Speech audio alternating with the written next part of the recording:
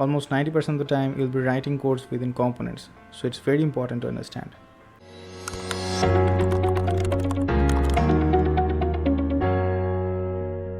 This is part of the video series Angular course. If you have not watched the earlier videos, you can go through them for a better understanding. Now, normally in a non-Angular environment, when you need to design a page, we write all the HTML code in a single file. That HTML code sometimes also contains certain styles and JavaScript. We also have separate files for JavaScript and style sheet which we import into that page. But when the page really grows in size, it is really difficult to manage anymore. In Angular, you can distinctly identify different features of your page and break them down into several components. For example, if you have a header, then you can put the HTML, CSS and JavaScript into a component. If you have a sidebar, you can extract that code into a component. That way, one UI feature is reusable. You don't have to write redundant code in every page, or you don't need to copy paste the same code everywhere. The best part of using component is you can have a single component and use it multiple times. You can also render one component within another component. This really makes your UI manageable and maintainable. Well, that's about how component aids your life. But what a component really comprises of. As we just saw, components are nothing but a small piece of UI. Now, what a UI comprises of? UI is basically built using HTML, CSS and JavaScript. Similarly, to bring a UI feature, component also uses HTML, which is termed template in Angular world. Style sheet, now here we are free to choose our own technology of styles. It can be CSS, SCSS, Sass or anything.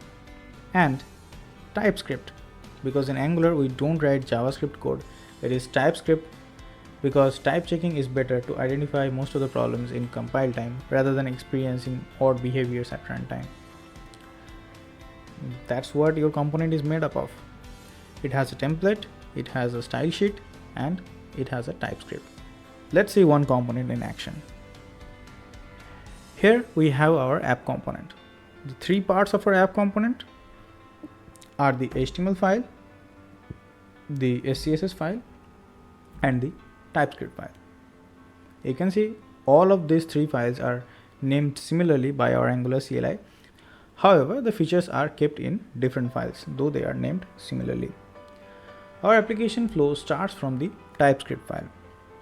In the TypeScript file, you can see that this class is decorated with @component, which makes this class to behave as a component. And basically this file holds all the three files together. You can see under the @component configuration, we are pointing to our HTML file and also the style sheet file. Now, as you can see, style sheet is an array, which basically means we can have multiple styles for a single component, but generally we use single style sheet for a single component. Here we also have the HTML, and any JavaScript kind of code that we want to write, we can write it here in the component.ts file itself. However, it is not always necessary to have your HTML in a separate file.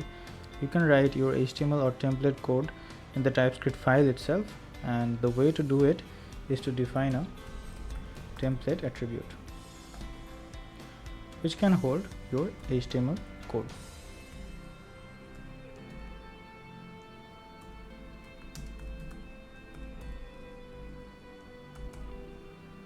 Like that.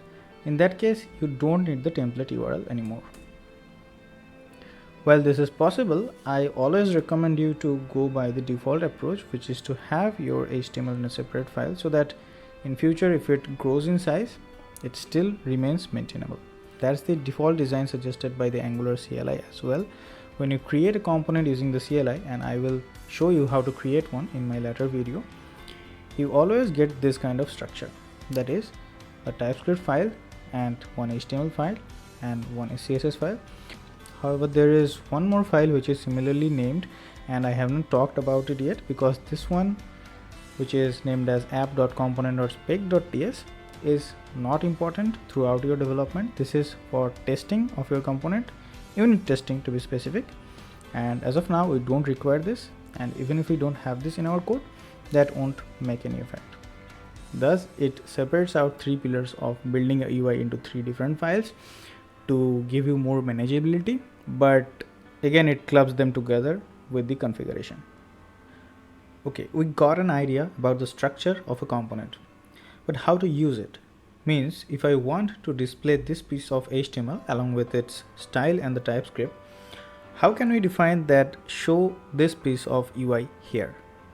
Well, we already have our app component rendered by the index.html. Let's see how it is rendering our app component.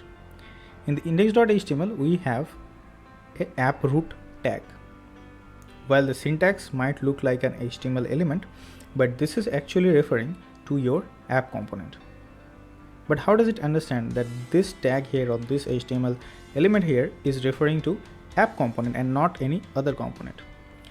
Now see, here within the angled bracket we have app root. The same thing is defined also under the selector of app component, which is the app root. Thus Angular understand that whatever tag you are using is referring to selector of one component, and this way it sort of finds a link between the component and where to render it. Thus when we render our application and our index.html gets loaded, it finds the app root element and put the HTML code that we have under the app root component here, and that's why under the app root element we have the code of app component HTML file. That's component for you guys. If you have any question, please drop them in the comment section, and if you have not subscribed my channel yet, please subscribe it, because every time I upload a new video I want you to be notified. See you in the next one.